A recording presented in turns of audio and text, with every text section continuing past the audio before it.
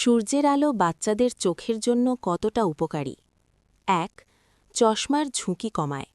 নিয়মিত সূর্যের আলো পেলে চোখের পেশি স্বাভাবিকভাবে কাজ করে, ফলে অল্প বয়সী মাইনাস পাওয়ার ও চশমা লাগার ঝুঁকি কমে।